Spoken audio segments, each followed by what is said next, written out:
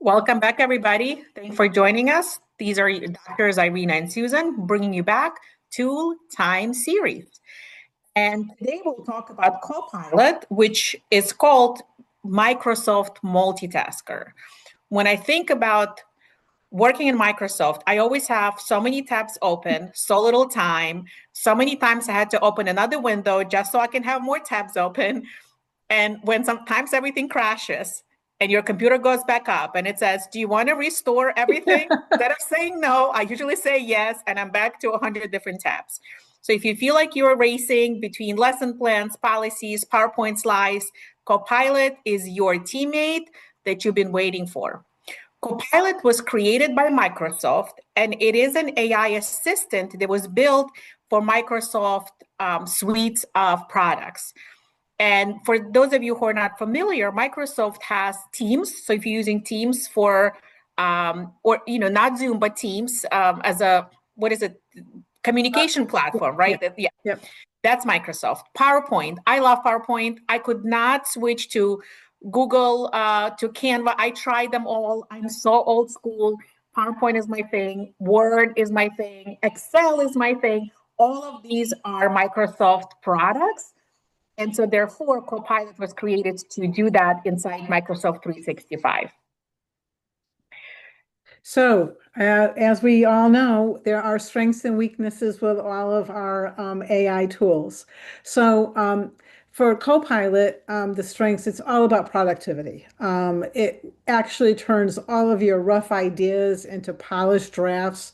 You take your data and puts them into charts or graphs or bullet points or whatever you want.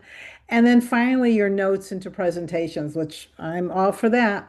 And all that can be done in just a few clicks.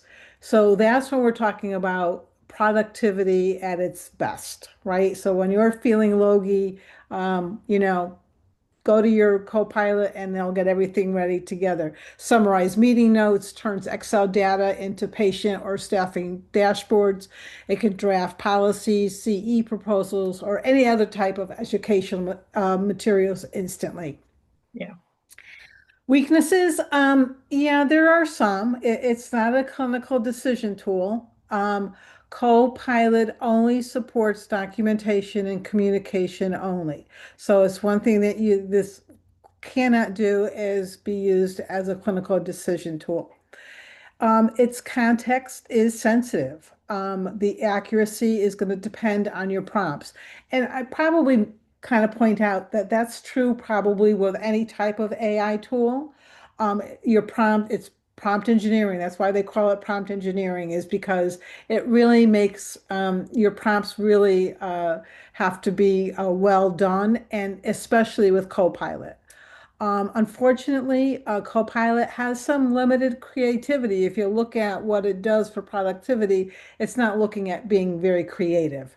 So it's very strong for structure and summaries, but not so good when we're talking about like storytelling or narratives or any type of empathy-driven content. And finally, conductivity is required. It needs a stable access to your Microsoft products. And sometimes many organizations use them as well.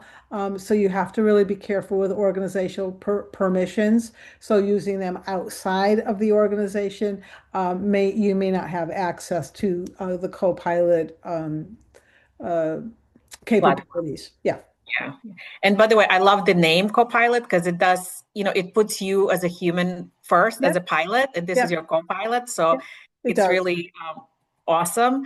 And some examples that nurses can use when you use Copilot, it's amazing at streamlining documentation. So if you have whatever work you do, especially I think for nurse managers, you have tons of notes, maybe you have pips written, summaries, like it can, and you have Word documents, you have something from the team meetings, like you can really streamline your documentation, put them in certain the folders, and it's great for that.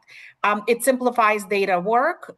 So again, remember Excel is part of the Microsoft. So if you have Excel data, it can turn into charts, dashboards, stuffing summaries. You don't have to think about it. I know, Susan, for my part of my job is I pull the data and then I have to clean it up, mind it, really come up with using Excel, do my own charting. But this is like, whoa, I can just put my data in, have a specific prompt. And by the way, a little plug, Susan and I did 2 videos on prompts. Please watch them because prompts are way, way, way more important than anybody of us think or ever thought of. Yeah. Because when we both started, we didn't know, right? We would just ask a question and then, it would be wrong answer because the question was not correctly stated. Correct. Right. Example for nurses, again, it supports communication. So if you're writing emails, again, if your companies have Copilot, sometimes it's even embedded in an email already, but you have to try and see. When I used that once, I went back to ChatGPT because I like the way ChatGPT wrote my email. So it's all about trying and error. And it really is very good in enhancing education because it can generate PowerPoint. I had the toughest time generating PowerPoints. This PowerPoint in the PowerPoint, because ChatGPT could not help me in actually generating it. And I don't have a Copilot, but I'm thinking, wow, it would have been nice to actually see if Copilot could generate PowerPoint. Because if I already have all the information, it's about making it prettier, making it nice, and making sure that it's, the colors are fine. So next time, Susan, I will definitely try to use Copilot for my PowerPoint. Absolutely. And please So, stay tuned. yep, 6 tools, endless possibilities. So thank you. And connect with us on LinkedIn and Facebook with the hashtag Nurses for AI. You can message Irina or myself through any of those social media platforms or email questions to irina@affinityexpert.com. And thank you, and we'll see you next time. And like the video.